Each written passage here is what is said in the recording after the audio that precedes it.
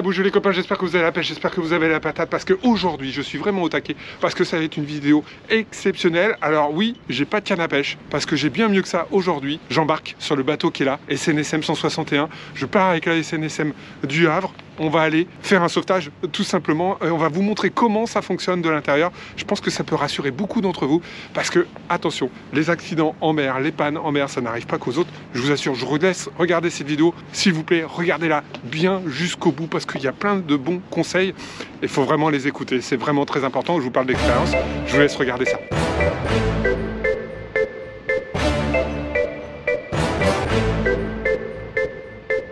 Et voilà, c'est parti, petite intervention, il y a un panne-panne, donc me voilà sous matelot avec la SNSM du Havre et on va aller secourir ce matelot perdu en mer et ça va être l'occasion de découvrir tout ça ensemble.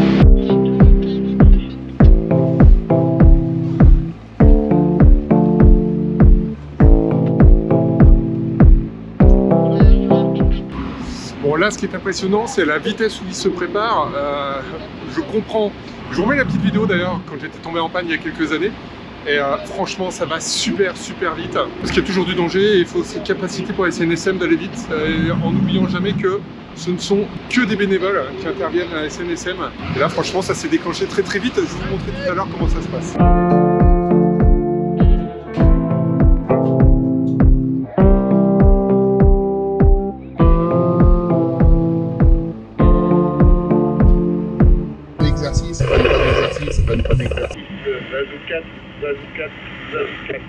Je me signale en avarie de propulsion, secteur Cap de la Hève. Ma position est 49 degrés 30 minutes. 626 nord pour 0 degré 3 minutes 121 est terminé. Et 24 161, vous confirmez votre position 49 degrés 30 minutes 626 nord, 49 degrés 30 minutes 626 nord, 0 degrés 03 minutes 121 est, 0 degrés 03 minutes 121 est. Affirmatif. Et 24 261, vous êtes en avarie de propulsion, vous confirmez demander assistance? Oui, tout à fait, je demande assistance en remorquage. Vaso 4 160, il y a des blessés à bord? Non, du tout, aucun blessé. Je vais vous demander de bien porter votre brassière de sauvetage, on sera sur vous d'ici une quinzaine de minutes. Ok. Bon Arnaud, donc c'est toi le boss ici, hein. Voilà, on m'a dit ça. Bon, c'est pour situer un petit peu. Bon là on a un bateau qui est en panne, oui. Il a donné sa position exacte, j'imagine qu'il est bien équipé en électronique, etc. Si jamais il y a un bateau qui est paumé là et qui n'a pas sa position exacte, est-ce que vous avez des moyens pour justement retrouver plus facilement ce bateau et est-ce que tu as des conseils à donner par rapport à ça? Alors oui, d'abord ceux qui nous demandent assistance ne sont pas toujours capables de nous donner une position aussi précise que là dans le cas présent. Souvent c'est assez fou et c'est pas forcément simple. Nous on a à bord une Godio qui nous permet de localiser une personne à partir du moment où elle est VHF. Donc quand on a des problèmes pour localiser une personne, on va lui demander de compter à la VHF jusqu'à 20, 30 par exemple, et on va pouvoir prendre un azimut, un relèvement, avoir un relèvement par rapport à la vedette de la personne qui émet à la VHF. D'accord. Ce dispositif existe à la vigie du port du Havre et aussi au sémaphore de l'Ève. Ça veut dire que par recoupement, on peut retrouver la position de façon assez précise. D'accord. Donc premier conseil, c'est avoir une bonne électronique ou un bon positionnement, parce que vous, ça vous permet d'aller plus vite, j'imagine. Voilà, ça nous permet de gagner un temps précieux. Et deux, quand on dit qu'il faut avoir un VHF à bord, c'est pour déclencher des secours, mais aussi pour vous permettre de retrouver derrière. Ça nous sert aussi à ça. Parce que là, on est dans un scénario où il y a juste un remorquage. Globalement, il fait beau, donc on n'est pas vraiment contraint par le temps. Après, ça peut être dans des situations différentes où le bateau est poussé vers la côte, ou alors il y a des blessés à bord et il faut aller vite. Et l'information de position, c'est vraiment dimensionnant pour la survie. Ok. Bon, vous avez entendu les conseils. Maintenant, à chacun de jouer. Hein. Bon, là, vous le voyez, on fait route sur un bateau qui doit être par là-bas devant. Je ne le vois pas encore. Et pendant ce temps-là, avec une mer, bon, il la qualifie de sympa, elle bouge quand même pas mal. Et il faut tout préparer à bord pour le remorquage. Donc ça reste quand même, voilà, de beaux exercices. J'imagine pas ça sur une mer démontée, comment ça doit secouer. Hein. Bon, je crois qu'on approche, il me semble que je vois un bateau là-bas, je sais pas si vous voyez bien. Je pense que c'est le bateau qui est en panne. Bon, il faut bien prendre en compte la situation. Des fois, il y a juste une panne moteur, et puis en fait, en faisant le tour, on se rend compte que le bateau a des mouvements qui peuvent laisser penser, par exemple, à une voie d'eau, ou alors on voit que les gens sont en panique. Enfin, voilà, ce plutôt, il est important pour bien appréhender le moment. Voilà, là il y a eu toute une observation du bateau qui est en panne pour savoir si tout le monde va bien, s'il n'y a pas de problème d'avarie, etc. Et maintenant ça va être l'accroche. Voilà, le pilote est là-haut pour bien voir. Bon, sur une mer qui bouge, ça doit quand même envoyer. Hein. Une première étape, il y a quelqu'un qui monte à bord pour pouvoir aider à la manœuvre, parce que vous voyez, quand il y a la vague comme ça, c'est pas simple. Bon, on voit qu'ils ont l'habitude quand même, hein, parce que le lancer est impeccable directement dans le bateau.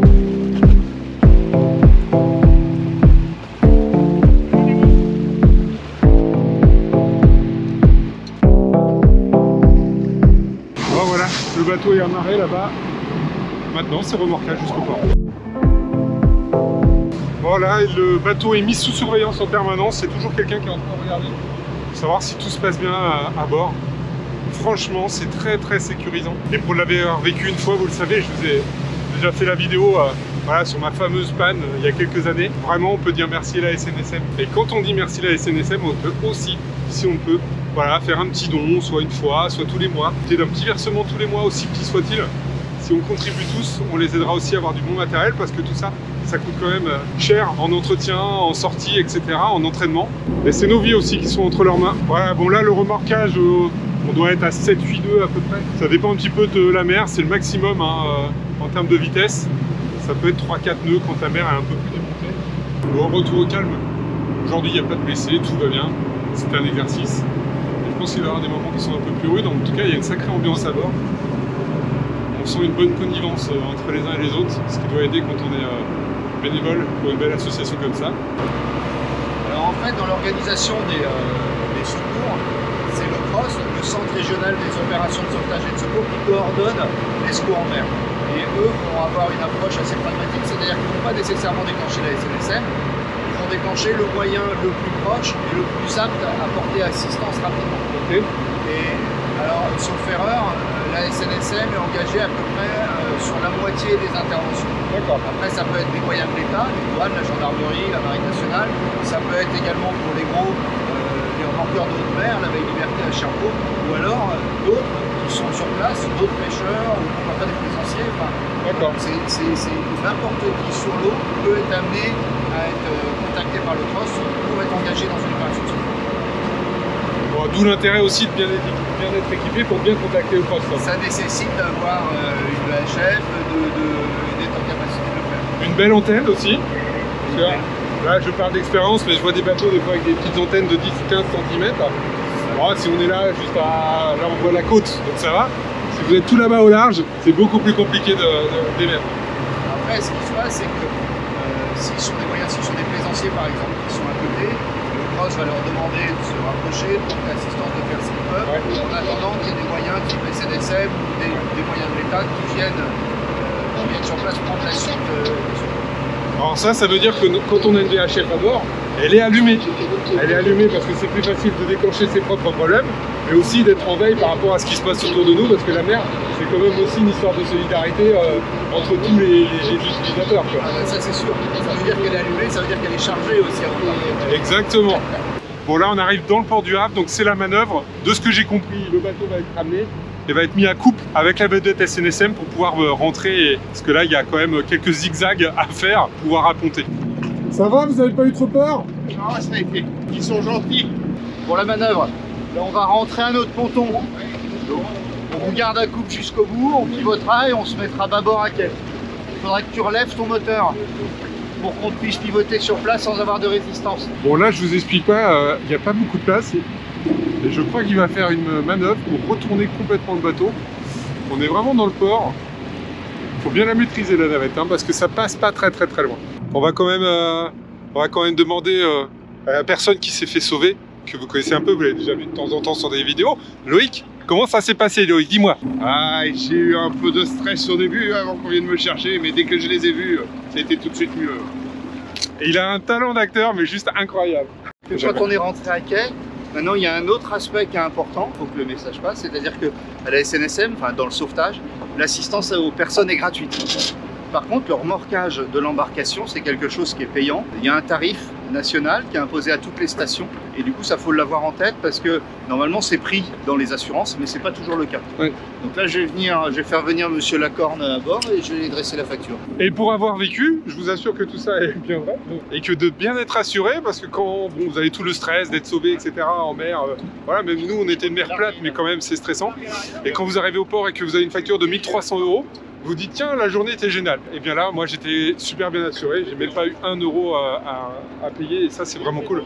Donc il faut aussi soigner ses assurances. Bon voilà, on vient de rentrer de ce pan-pan, bon, qui vous l'avez compris était un exercice, mais j'espère que ça vous a permis de découvrir un petit peu par l'intérieur comment ça se passe et comment tous les gars de la SNSM bossent.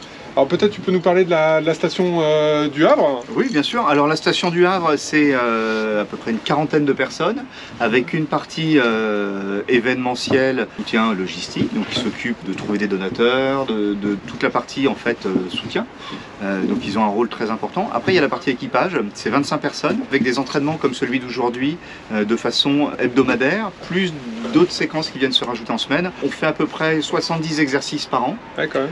Pour une trentaine d'interventions. Les interventions, il y a plaisanciers, pêcheurs, et puis après des cailles, des planches, mais ça c'est une part un peu moins importante. Ces exercices sont importants pour bien mécaniser toutes les actions, notamment de passage d'hors mort, de sécurisation d'un blessé, d'élitroyage également, de manière à ce que tout le monde connaisse bien la vedette et connaisse bien les différents process. Et puis les entraînements, c'est aussi très important pour qu'on se connaisse entre nous. Ouais. C'est-à-dire que les limites en termes d'intervention ne sont pas tellement celles de la vedette, qui peut aller assez loin. Ça va plus venir des limites de l'équipage, donc ça nécessite d'être entraîné, d'être prêt, de bien se connaître et de former un groupe soudé. Ouais, t'as une petite anecdote marrante sur ta... Ça fait combien de temps déjà Alors moi ça fait pas très longtemps, ça fait 3 ans. D'accord, ok. Ça fait 3 ans.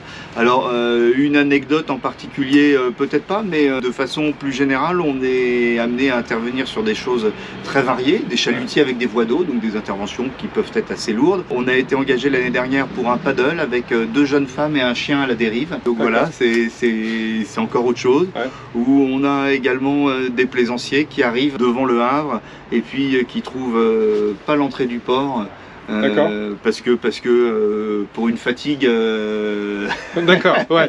Voilà. La journée a été longue. La journée a été longue, donc ça arrive. Et puis à côté de ça, on a aussi des interventions qui sont beaucoup plus lourdes et assez dramatiques, comme le Milano avec 3 morts en 2021. Un an avant, on a eu le Braise avec 3 disparus également. Donc voilà, c'est la SNSM, c'est tout ça. Bon, moi j'ai envie de te dire merci à toi, mais quand je te dis à toi, c'est merci en fait à vous tous parce que mais tu reviens quand tu veux. Ouais, mais en touriste par contre, à bord, je vais essayer de ne pas être élitreuillé comme ça. Voilà, en tout cas j'espère que ça vous a plu. Franchement, moi j'ai un truc, vous voyez, ici il y a le port, là il y a plein de bateaux. Je pense que si chacun d'entre nous allait donner quelques euros par mois, par an, quand on voit le nombre de bateaux, je pense que ça vous aiderait pas mal parce que tout ça, ça a quand même un coût quand vous vous entraînez comme ça.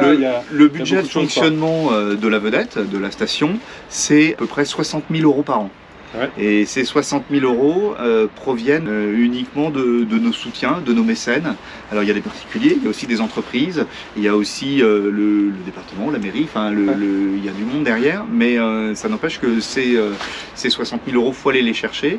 Ouais. Là, comme ça s'appelle le remplacement d'une vedette comme ça, là on est en millions d'euros, donc ouais. C'est pareil, l'équipe soutien dont je parlais a un rôle qui est tout à fait essentiel dans le fonctionnement de la station. Bon, c'est important, la mer, c'est l'affaire de tous et si on veut que ça reste un plaisir, il y a une belle image dans votre station là-bas, je crois pour que ça ne se finisse pas en larmes ou quelque chose comme ça, je crois. Pour que l'eau salée n'ait jamais le goût des larmes.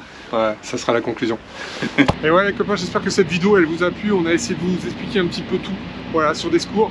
Ne pensez pas, c'est ma conclusion, ne pensez pas que ça arrive qu'aux autres, franchement ça peut tous vous arriver. Et grand merci à la SNSM pour tout ce qu'ils font tous les jours. Toujours en tant que bénévole, j'insiste là-dessus, mais c'est quand même vachement important. Allez, bonjour les copains et à très bientôt pour une nouvelle vidéo. Ciao, ciao.